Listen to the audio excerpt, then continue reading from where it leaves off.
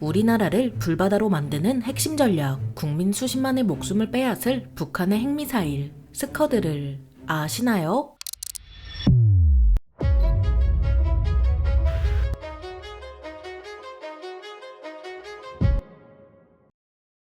안녕하세요. 지식스토리입니다. 이번에는 북한이 매일같이 입이 아프도록 말하는 서울 불바다, 그것을 실현시켜줄 수 있는 핵심 무기인 스커드에 대해 알아볼 텐데요. 상대의 수도를 불바다로 만들기 위해선 다양한 방법이 있습니다. 직접 병력을 보내 다 때려 부술 수도 있고, 포를 쏴서 쑥대밭으로 만들 수도 있으며, 폭격기를 보내 폭격할 수도 있습니다. 모두 다 알 수 있듯 직접 병력을 보내는 건 당연하고, 서로의 사정거리 안에서 포를 쏴대면 아군의 희생이 필연적으로 발생하는데요.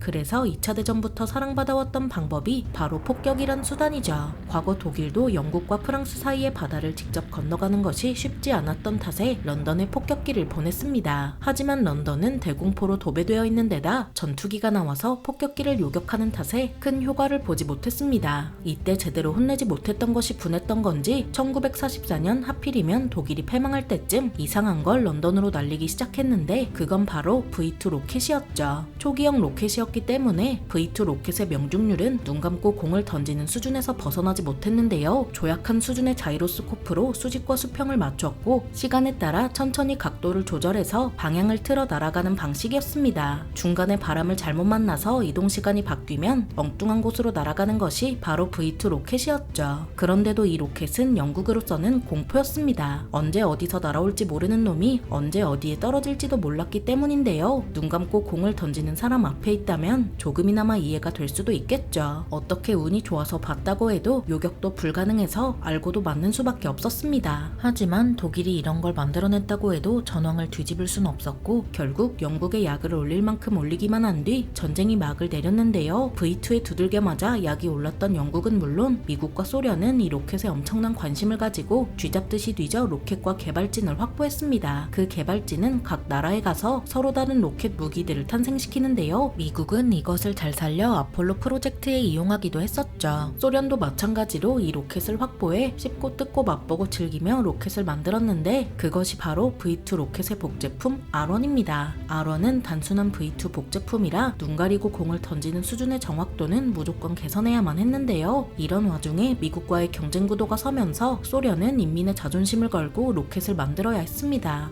역시 사람을 갈아 넣어서 그런지 소련은 미국보다 더 빠른 속도로 로켓을 개발했고, 1957년에서 1958년 사이에 R7 세묘르카와 R7 젬냐를 탄생시키게 되죠. 여기서 R7 세묘르카는 ICBM, 즉 대륙간 탄도미사일로 개발되었고, 이후 스푸트니크 위성을 싣고 우주로 날아 세계 최초로 인공 구조물을 우주에 올린 로켓이 되었습니다. 그리고 R11 젬냐가 바로 오늘의 주인공 스커드 미사일이죠. 사실 스커드가 아닌 젬냐라 부르는 것이 더 정확하지만, 지금까지 스커드로 불리는 것은 다름 아닌 미국 때문이었습니다. 미국이 소련의 무기를 분석하고 추적 관리하기 위해 자기들끼리 관리 명칭 같은 것을 지어줬는데, 그 이름이 바로 WS-1B 스커드 A였습니다. 그래서 우리는 이걸 아직도 스커드라고 부르고 있죠. 그럼 가장 먼저 개발된 스커드 A를 기준으로 재원을 살펴보겠습니다. 스커드는 전장 10.5m에 전체 중량은 5.4톤, 탄두 중량은 950kg이며 오차 범위 1.2km에 최대 사거리는 270km입니다. 인민을 갈아 넣어 만든 스커드는 나오자마자 대박이 터졌는데요. 그 이유는 냉전과 쌈마이, 그리고 소련의 우주공학 유명세 때문입니다. 냉전으로 세계가 나누어지면서 세계는 미국과 소련을 중심으로 줄을 섰고, 소련의 줄을 잡은 이상 무기를 살 곳이 소련 외에는 딱히 없었습니다. 또 인민을 갈아 넣은 데다 당에 의해 원가 통제를 강하게 받다 보니 스커드 미사일의 양산 가격 또한 많이 내려가 거의 점포정리 세일을 하는 수준이었죠. 이 두 가지 이유도 스커드의 흥행에 큰 영향을 주기에 충분하지만, 결정적인 이유는 소련의 기술을 인정했기 때문입니다. 소련이 가장 먼저 인공위성을 쏘고 우주에 사람을 보내면서 로켓 관련 기술의 신뢰도가 상당히 높았습니다. 이렇게 로켓의 신뢰도가 그나마 높은 소련이라도 오차 범위는 킬로미터 단위로 발생했는데요. 정확도가 조금 아쉬웠지만 소련으로서는 여기 핵탄두를 넣으면 킬로미터 단위의 귀여운 오차는 파괴력으로 메울 수 있었으니 스커드의 단점은 거의 보이지도 않게 됐죠. 스커드 A를 개량해서 만든 스커드 B와 C에는 탄두를 고폭탄으로 가득 채울 수도 있었지만 80킬로톤짜리 핵탄두를 넣을 수도 있었는데요. 이는 히로시마 원폭의 5배나 되는 위력으로 도시 하나를 지우기에는 너무 차고 넘쳤습니다. 과거에도 합리적인 가격으로 사랑받던 스커드는 지금 시세로도 대당 10에서 20억 원 선에서 살 수 있는 걸로 추정되고 있는데요. 핵탄두 값까지 약간 얹어서 조금 더 비싸진다고 해도 도시 하나랑 맞교환하는 것으로 본다면 말도 안 되는 효율이긴 합니다. 소련에 속한 나라들은 핵탄두가 있는 만큼 스커드를 많이 도입해서 배치하기 시작했고, 핵탄두가 없는 나라들도 탄두를 고폭탄으로 가득 채워 도시를 쑥대밭으로 만들 수 있으니 너도 나도 몰려들기 시작했습니다. 스커드는 여기서 끝나지 않고 개량을 엄청 많이 했기 때문에 메뉴판도 다양하게 구성할 수 있었는데요. 대표적인 개량형 스커드 B는 오차 범위가 450m까지 낮아졌고 사거리도 300km까지 늘어났습니다.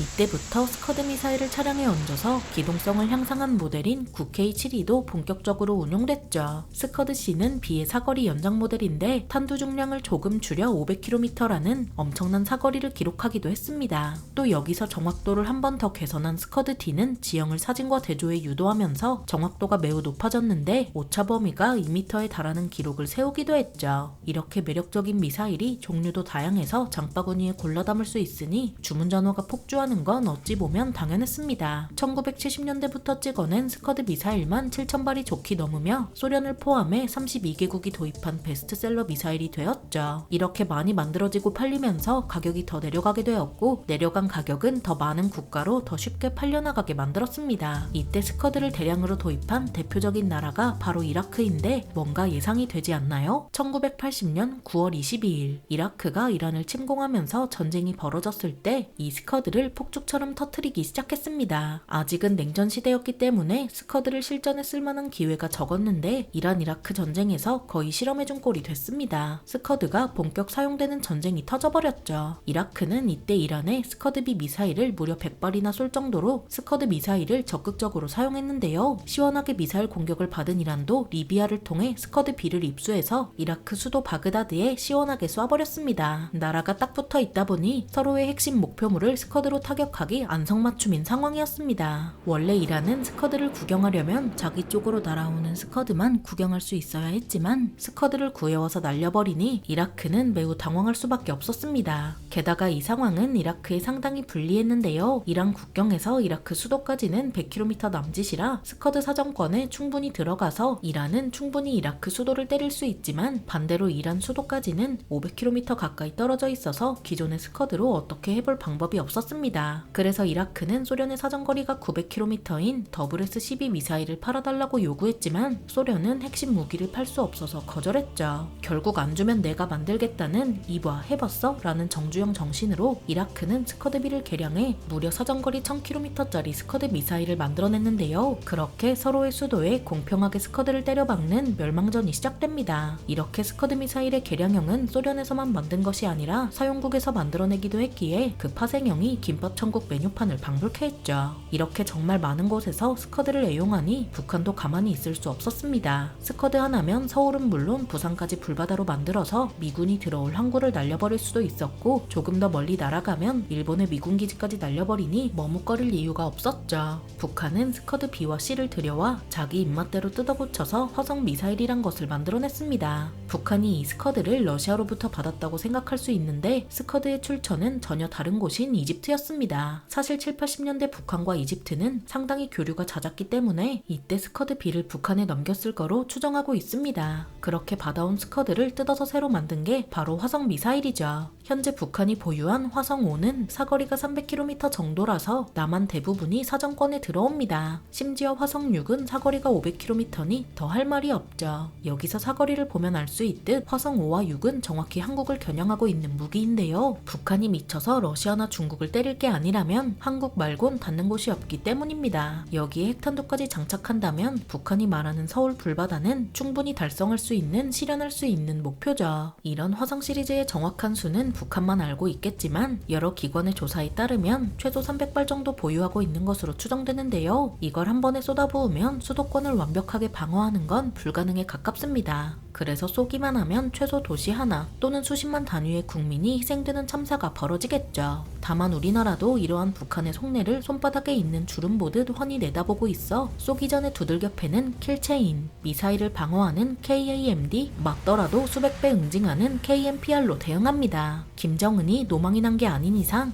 그것과도 같은 선택인 발사 버튼을 누르기엔 쉽진 않을 것입니다. 사실 그 발사 버튼은 본인에게 날아오는 현무 미사일 발사 버튼과 다름없죠. 소련에서 시작된 베스트셀러이자 서울 불바다의 핵심 무기로 쓰이고 있는 스커드 미사일에 대해 알아봤는데요. 영상이 유익하셨다면 구독과 좋아요 부탁드립니다. 감사합니다. 지식스토리였습니다.